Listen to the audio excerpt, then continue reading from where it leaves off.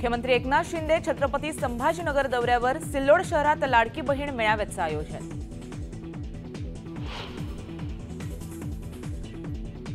नागपुरात जिल्हा नियोजन समितीच्या बैठकीचं आयोजन। उपमुख्यमंत्री देवेंद्र फडणवीसांच्या उपस्थितीत बैठक।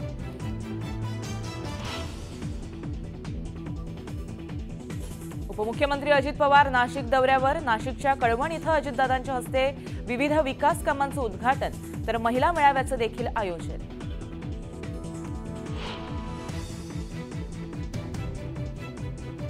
आव्हाडांच्या कारवरील हल्ल्याप्रकरणी स्वराज्य संघटनेचे सरचिटणीस धनंजय जाधव ताब्यात।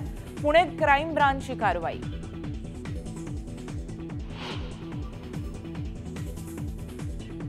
रेशन धान्य वितरणात अनागोंदी। राज्यात अनेक ठिकाणी पॉस मशीन बंद।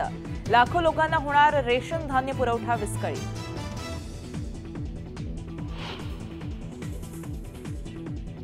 पिंपरीत दुकानात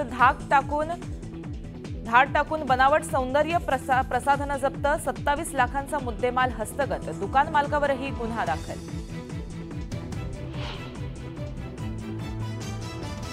मनोज जरांगे पाटील पुणे कोर्टात हजेरी लावणार। नाट्य निर्मात्याची फसवणूक केल्याप्रकरणी जरांगे पाटलांना बजावलं होतं अजामीनपात्र अटक वॉरंट। पश्चिम महाराष्ट्रातील करूळ आणि भुईबावडा घाट बंद। भुईबावडा घाटातील रस्ता खचला।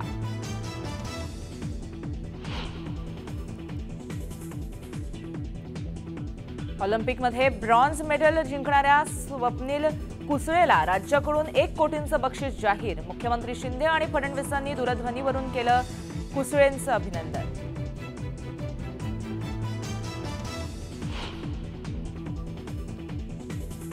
पॅरिस ऑलिम्पिकमधून पी.व्ही. सिंधू आऊट। उपउपांत्यपूर्व फेरीत सिंधूला पराभवाचा धक्का। चीनच्या ही बिंग जियाओची सिंधूवर मात।